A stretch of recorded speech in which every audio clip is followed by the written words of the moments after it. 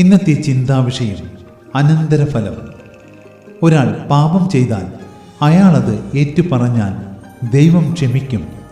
എന്നാൽ പാപത്തിൻ്റെ അനന്തരഫലം അയാൾ മാത്രമല്ല, കുടുംബം മുഴുവൻ അനുഭവിക്കേണ്ടി വരും. അതിന് ഉത്തമ ദൃഷ്ടാന്തമാണ് ആദാമിൻ്റെയും ഹവ്വയുടെയും ജീവിതം. അതെ, അവർ ദൈവകൽപ്പന ലംഘിച്ച് വിലക്കപ്പെട്ട കനി ഭക്ഷിച്ചപ്പോൾ ഏദനിലെ സ്വർഗതുല്യമായ ജീവിതം അവർക്ക് നഷ്ടപ്പെട്ടു.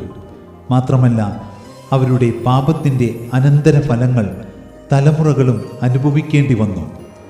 ആകയാൽ പ്രിയരെ, ഇന്ന് നമ്മൾ മദ്യപാനം, ദുർനടപ്പ്, പക, പിണക്കം എന്നിങ്ങനെയുള്ള പാപങ്ങൾക്ക് അടിമപ്പെടുകയാണെങ്കിൽ, സൂര്യൻ അസ്തമിക്കുവോളം കോപം വെച്ചുകൊണ്ടിരിക്കുകയാണെങ്കിൽ ഓർക്കുക, അതിൻ്റെ അനന്തരഫലങ്ങൾ നമ്മൾ മാത്രമല്ല, നമ്മുടെ തലമുറകളും അനുഭവിക്കേണ്ടി വരും.